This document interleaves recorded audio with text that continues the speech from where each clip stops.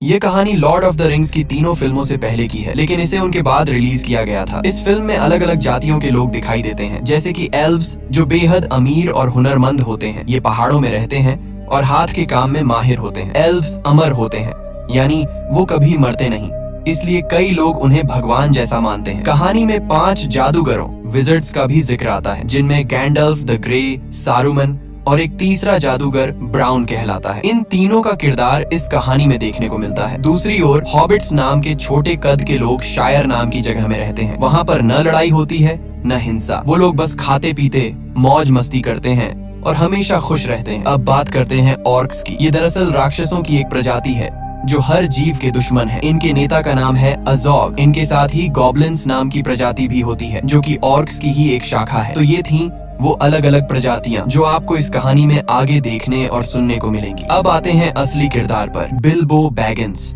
जो फ्रोडो का चाचा है। इस कहानी में बताया गया है कि बिल्बो की जिंदगी कैसी थी। कहानी की शुरुआत में उसे 11 साल का दिखाया गया है, जब वो अपनी जिंदगी की सारी बातें एक किताब में लिख रहा होता है ताकि उसका भतीजा फ्रोडो उसे पढ़ सके। इसके बाद कहानी 60 साल पीछे चली जाती है, उस वक्त की जब ड्वार्फ्स यानी बौने लोग पहाड़ों के अंदर अपने खूबसूरत शहरों में रहा करते थे। उनकी दुनिया इतनी शानदार थी कि देखने वालों को स्वर्ग जैसी लगती थी। और उन बौनों के राजा का नाम था थॉरिन ओकेनशील्ड। थोरिन का राजवंश पूरी तरह सुरक्षित था, क्योंकि उसके बेटे और पोते दोनों जीवित थे। उस समय बौने लोग ड्वार्फ्स दुनिया के सबसे अमीर प्रजाति माने जाते थे, क्योंकि उनके पहाड़ों के अंदर सोने की नदियां बहती थीं। उन्हें वहां हीरे, जवाहरात और कीमती पत्थर मिलते थे और वे इन्हें तराशने में बेहद कुशल कारीगर थे। एक दिन एक बौने को पहाड़ की गहराइयों में एक विशाल हीरा मिला। इस हीरे को हार्ट ऑफ द माउंटेन कहा गया। राजा थ्रोर ने इसे अपनी शाही ताकत और हक का प्रतीक बना दिया और इसका नाम रखा द किंग्स जूअल। कई सालों तक इस राज्य में सब कुछ शांति और समृद्धि से चलता रहा, लेकिन एक दिन उत्तर दिशा से एक भयानक ड्रैगन आ पहुंचा, जिसका नाम था स्माउग। यह ड्रैगन अपने मुंह से आग उगलता था और बेहद क्रूर व लालची था। उसने अपने रास्ते में आने वाले सभी शहरों को जला डाला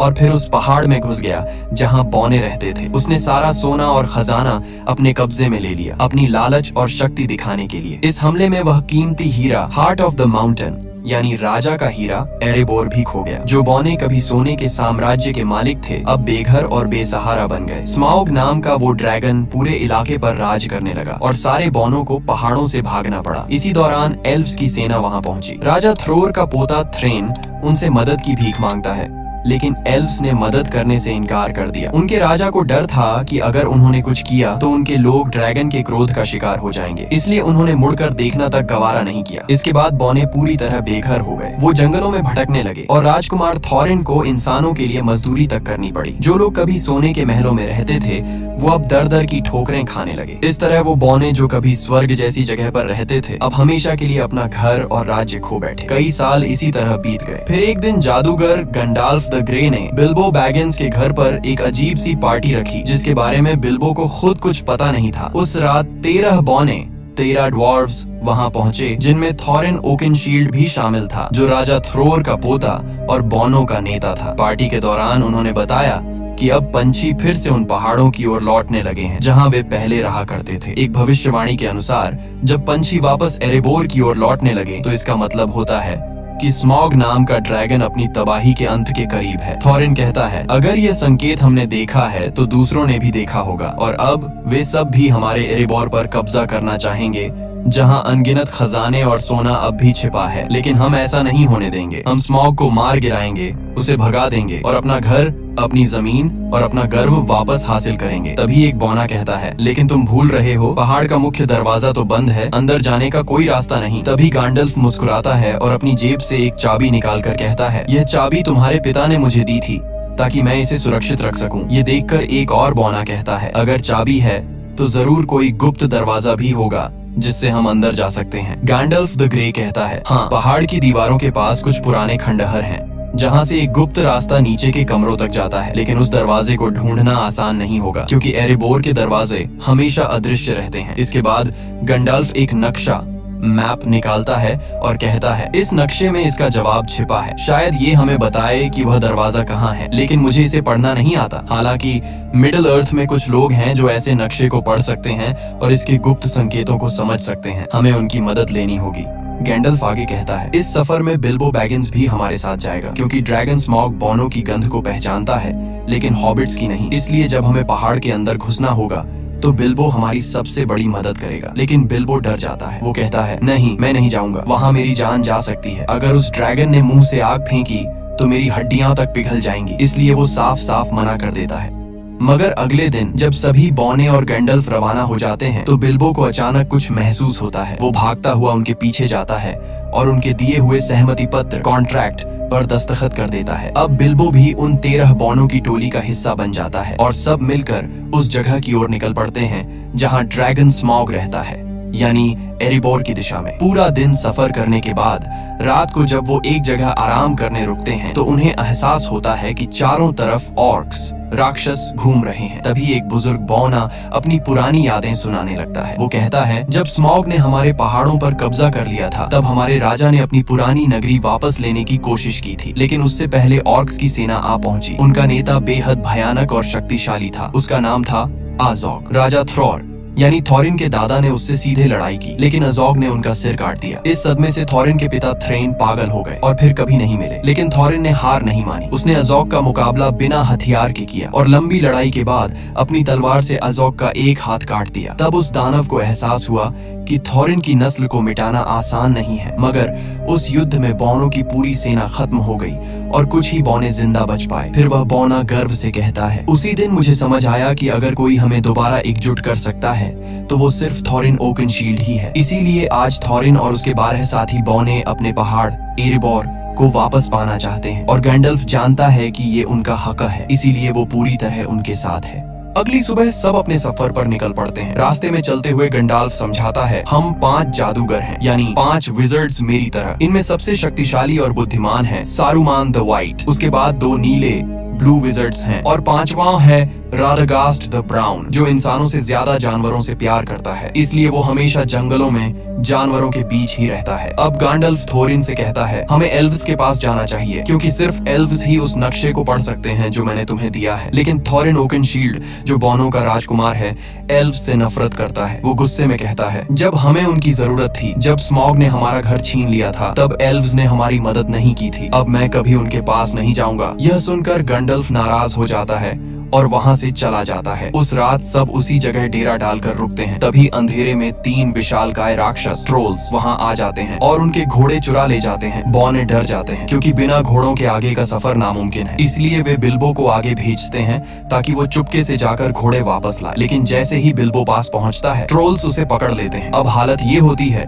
कि सभी बौनों को पकड़ लिया जाता है और ट्रोल्स उन्हें आग पर भूनकर खाने की तैयारी करने लगते हैं। तभी उनमें से एक ट्रोल कहता है, जल्दी करो, सूरज निकलने वाला है। अगर सूरज की रोशनी हम पर पड़ी तो हम सब पत्थर बन जाएंगे। इसी बीच बिल्बो अपनी चालाकी दिखाता है। वो तीनों ट्रोल से बातों में उलझाने लगता है, उन्हें आपस में झगड़वाने लगता है ताकि वक्त निकल जाए। और जैसे ही सुबह की पहली किरणें निकलती हैं, उसी वक्त गैंडल्फ ऊंची चट्टान पर खड़ा होता है। वो अपनी जादुई छड़ी से उस चट्टान पर वार करता है और चट्टान टूटकर 2 हिस्सों में बंट जाती है। उसके पीछे से निकलती हुई सूरज की तेज किरणें सीधी ट्रोल्स पर पड़ती हैं और देखते ही देखते तीनों ट्रोल्स पत्थर बन जाते हैं। इस तरह बिल्बो की समझदारी और गैंडल्फ के जादू से सारे बौने बच जाते हैं और उनका सफर फिर से जारी होता है। आगे बढ़ते हुए गैंडल्फ का 5वां साथी उनके पास पहुंचता है, जिसका नाम है राडागास्ट द ब्राउन। वो भी एक जादूगर है, लेकिन बाकी सभी से बिल्कुल अलग। उसके कपड़े मिट्टी से सने होते हैं और उसके आसपास हमेशा जानवर और पक्षी घूमते रहते हैं। वो गैंडल्फ से घबराई हुई आवाज में कहता है, ग्रीनवुड बीमार हो गया है। ग्रीनवुड उस बड़े जंगल का नाम है। वो बताता है कि वहाँ अब पेड़ पौधे उगना बंद हो गए हैं और जंगल में अब भयानक मकड़ियाँ बस गई हैं। वो कहता है, ये सारी मकड़ियाँ डोल गुलदूर नाम की जगह से आई हैं। डोल गुलदूर दरअसल ग्रीनवुड के अंदर एक पुराना किला है जो कभी सौरॉन की शरण स्थली हुआ करता था। गैंडल्फ हैरान होकर कहता है, लेकिन वो तो अब वीरान पड़ा है। इस पर राडागास्ट जवाब देता है, नहीं गैंडल्फ, वो वीरान नहीं है, मैं खुद वहाँ गया था। उसकी आंखों में डर झलकता है। वहाँ एक काली परछाई है, एक प्राचीन राक्षस की आत्मा जो अंधेरे की दुनिया से आत्माओं को बुला सकती है। उसने मुझ पर हमला किया, लेकिन मैंने किसी तरह खुद को बचा लिया और तभी मैंने अंधेरे में उस छाया को देखा। वो सौरॉन की थी। इतना कहकर राडागास्ट एक अजीब सी तलवार निकालता है और गैंडल्फ को दिखाता है। वो कहता है, ये तलवार तलवार किसी इंसान की बनाई हुई नहीं है, ये जीवित दुनिया की नहीं, कुछ और है। गैंडल्फ उस तलवार को देखते ही समझ जाता है कि रदागस्ट सच कह रहा है। अंधकार फिर से लौट आया है। उसी वक्त आसमान से भेड़ियों की डरावनी हुआ सुनाई देती है। गैंडल्फ चौंक जाता है। ये वॉर्ग्स हैं। असल में ये भेड़िए नहीं बल्कि ऑर्क्स के शिकारी जानवर हैं जो उन्हें मारने और पकड़ने के लिए पीछा कर रहे थे। रादागास्ट तुरंत कहता है, मैं उन्हें अपनी तरफ खींच लूंगा, तुम सब भाग जाओ। वो अपनी जादुई स्लेज पर सवार होता है जो खरगोशों से खींची जाती है और ऑर्क्स और वॉर्ग्स उसका पीछा करने लगते हैं। इधर गैंडल्फ और बाकी बौने भागते हुए जमीन के नीचे बने एक सुरंग में घुस जाते हैं। पीछे से वॉर्ग्स उन पर झपटने ही वाले होते हैं, लेकिन वो सब किसी तरह सुरंग के अंदर गायब हो जाते हैं और फिलहाल के लिए अपनी जान बचा लेते हैं। तभी अचानक वहाँ एल्व्स आ पहुँचते हैं, तेज, खूबसूरत और बेहद घातक। कुछ ही पलों में वो सारे ऑर्क्स को खत्म कर देते हैं। इस लड़ाई से बचते हुए बौने, गैंडाल्फ और बिल्बो एक अंधेरी गुफा से निकलकर पहुँचते हैं एक जादुई और रहस्यमयी जगह, रिवेंडेल यानी एल्व्स की धरती। यही वो जगह थी जहाँ जाने का बिल्बो बैगिंस हमेशा से सपना देखता था, लेकिन थोरिन को वहाँ जाना बिल्कुल पसंद नहीं था। वो एल्व्स से नफरत करता था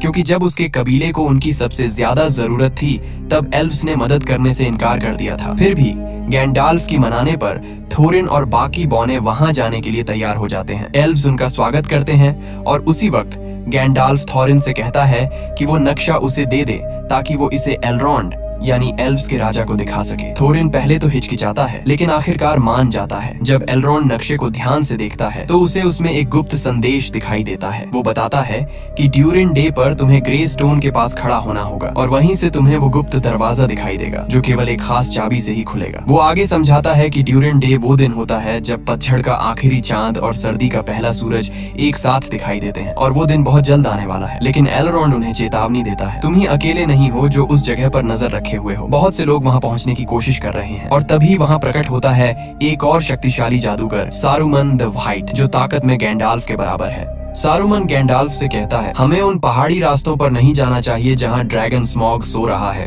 क्योंकि वो पिछले 60 सालों से गहरी नींद में है। अगर वो जाग गया तो ये पूरी दुनिया राख में बदल जाएगी। लेकिन तभी यूनिकॉर्न्स कहते हैं, अगर स्मॉग जाग गया और उसने दुश्मनों के साथ हाथ मिला लिया तो तबाही ऐसी होगी जिसकी इंसान कल्पना भी नहीं कर सकता। वे गैंडाल्फ को सब कुछ बताते हैं जो रैडगास्ट यानी 5वां और भूरा जादूगर पहले ही बता चुका था, लेकिन सारुमन उनकी बातों पर यकीन करने से इनकार कर देता है। तभी एलरॉन्ड, एल्व्स का राजा, गंभीर आवाज में कहता है, 400 साल पहले जब अंधकार ने इस धरती को निगला था तब हर चीज खत्म हो गई थी। अब बड़ी मुश्किल से हमने फिर से शांति पाई है और मैं नहीं चाहता कि वो विनाश दोबारा लौट आए। इसलिए एल्व्स और सारुमन दोनों ही थोरिन के मिशन में साथ जाने से इनकार कर देते हैं। मगर थोरिन को किसी की मदद की जरूरत नहीं थी। वो पहले से ही एल्व्स से नाराज था, इसलिए बिना कुछ कहे, बिना अलविदा बोले वो वहाँ से निकल जाता है। कुछ समय बाद थोरिन और उसके साथी पहुँचते हैं धुंध से ढकी पहाड़ियों में, जिन्हें मिस्टी माउंटेन्स कहा जाता है। कहते हैं यहाँ विशाल पत्थरों के जोड़े रहते हैं जो जिंदा हैं और एक दूसरे से लड़ते रहते हैं। शुरुआत में किसी को यकीन नहीं होता,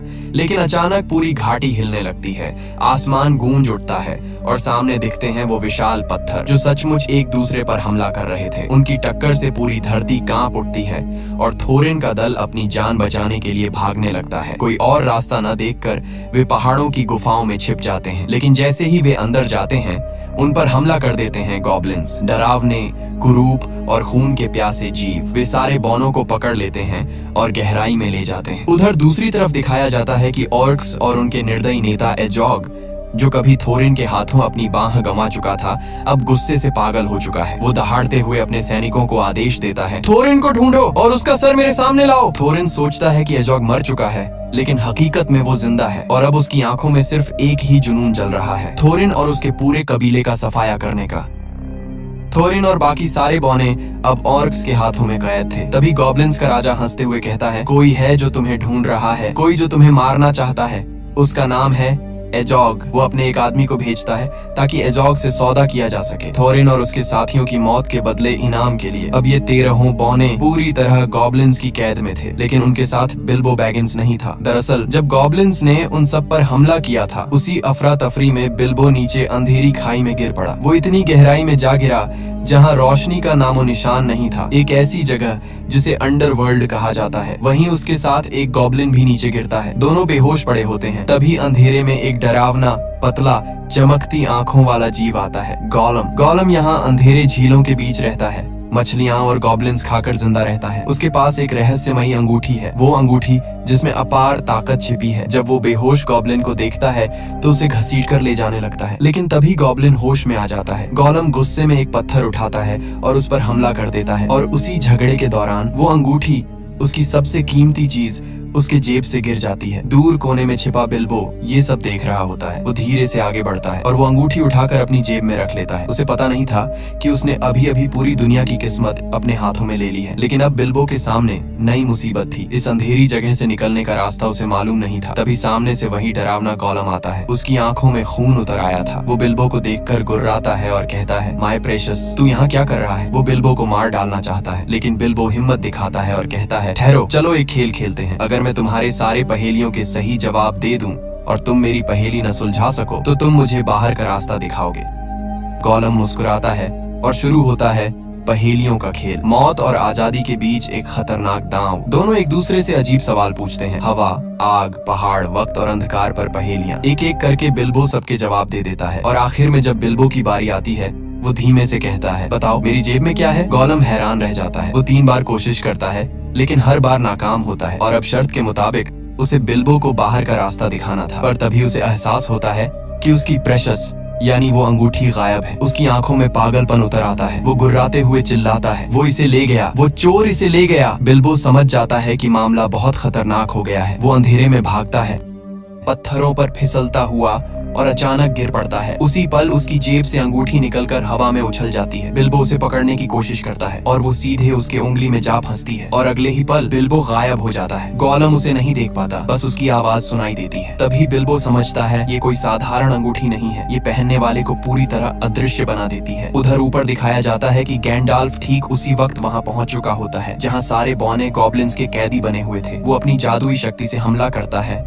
और शुरू हो जाती है एक भयंकर लड़ाई। गॉब्लिन्स का राजा, एक विशालकाय भयानक जीव, गर्जना करता है, लेकिन गैंडाल्फ अपनी तलवार से उसका सिर काट देता है। धुएं और आग के बीच सारे बौने आजाद होकर भागते हैं और आखिरकार पहाड़ों के रास्तों से बाहर निकल आते हैं। वहीं दूसरी तरफ बिल्बो धीरे धीरे अंधेरे से बाहर निकलता है, लेकिन गोलम उसके रास्ते में आ जाता है। उसकी आंखों में पागलपन और नफरत झलक रही होती है। बिल्बो चुपचाप तलवार निकालता है। वो गोलम को मार सकता था, पर उसी पल वो रुक जाता है। उसे उस जीव पर दया आ जाती है जो अपनी लालच और तन्हाई में खुद ही कैद हो गया था। बिल्बो उसे मारे बिना उसके ऊपर से छलांग लगाता है और भाग निकलता है। गोलम उसकी चीखती आवाज के साथ गुफा में गूंज उठता है, वो चोर, उसने मेरी प्रेशियस चुरा ली। और उसी पल से गोलम के दिल में जल उठती है बिल्बो के लिए नफरत की आग। बाहर निकलने पर बिल्बो की मुलाकात थोरिन और बाकी बौनों से होती है। सब उसे देखकर हैरान रह जाते हैं, वो कैसे बच निकला। लेकिन उनकी राहत ज्यादा देर नहीं टिकती, क्योंकि तभी अचानक आसमान से आवाजें आने लगती हैं। एजोग और उसकी ऑर्क्स की फौज वहां पहुंच चुकी होती है। वो विशालकाय भेड़ियों,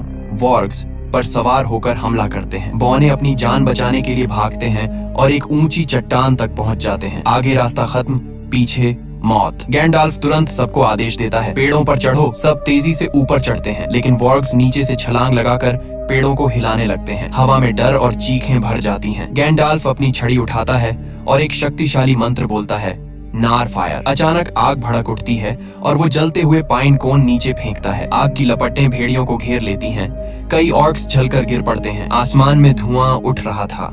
नीचे मौत थी और ऊपर टहनियों पर लटके थे थोरिन, बिल्बो और बाकी सारे बौने। और तभी कुछ ऐसा होने वाला था जो उनके भाग्य की दिशा हमेशा के लिए बदल देता। थोरिन और अजोग का आमना सामना फिर से होता है। थोरिन जैसे ही अजोग को देखता है, उसके गुस्से की कोई हद नहीं रहती, क्योंकि अजोग ने ही उसके दादा का सिर कलम किया था। वो गुस्से में अपनी तलवार निकालकर उस पर टूट पड़ता है, लेकिन अजोग बहुत ताकतवर होता है। उसका भेड़िया थोरिन को मुंह में दबोचकर जोर से फेंक देता है। अजोग अपने सैनिकों से कहता है कि थोरिन का सिर काट दो। तभी जब उसका आदमी तलवार उठाता है, बिल्बो बैगिंस उस पर हमला कर देता है, लेकिन बिल्बो इतने बड़े राक्षसों से मुकाबला नहीं कर सकता। उसके सामने 4 ऑर्क्स अपने अपने विशाल भेड़ियों पर सवार होकर उसकी ओर बढ़ रहे होते हैं ताकि उसे मार सकें। तभी बाकी बौने पेड़ों से नीचे उतरते हैं और उन पर हमला कर देते हैं, लेकिन ये ऑर्क्स बहुत ताकतवर होते हैं और बौनों के लिए उनका सामना करना मुश्किल पड़ता है। तभी आसमान से विशाल ईगल्स, गरुड़ जैसे विशाल पक्षी उतरते हैं। ये ईगल्स ऑर्क्स पर टूट पड़ते हैं, उन्हें अपनी तेज पंजों में पकड़कर हवा में उठा ले जाते हैं और नीचे गिरा देते हैं। इस तरह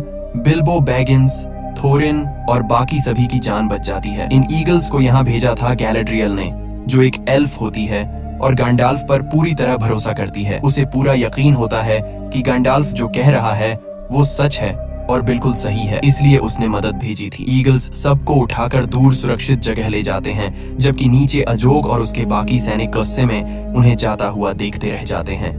ईगल्स सबको एक सुरक्षित जगह पर उतार देते हैं। वहाँ थोरिन बिल्बो बैगिंस के पास आता है और कहता है, मैं हमेशा तुम्हारे खिलाफ था। मैं नहीं चाहता था कि तुम हमारे साथ आओ क्योंकि मुझे तुम पर भरोसा नहीं था, लेकिन अपनी जिंदगी में मैं कभी इतना गलत नहीं हुआ। इतना कहकर थोरिन बिल्बो बैगिंस को गले लगा लेता है। हालांकि बिल्बो बैगिंस के पास अब वह जादुई अंगूठी होती है, लेकिन वो इसके बारे में किसी को कुछ नहीं बताता। अब सबकी नजरें उस पहाड़ पर होती हैं, वही पहाड़ जो कभी बोनो का घर था, जहाँ वे शांति से रहते थे। लेकिन अब उसी पहाड़ के भीतर सो रहा है भयानक ड्रैगन स्मॉग, जिसने कभी इनसे उनका घर छीन लिया था। फिर कैमरा उस पहाड़ के अंदर दिखाता है जहां स्मॉग, जो पिछले 60 सालों से गहरी नींद में था, अब अपनी आंखें खोल देता है और यहीं पर कहानी खत्म होती है। ये फिल्म 2012 में रिलीज हुई थी, जिसे IMDb पर 7.8/10 की रेटिंग मिली है।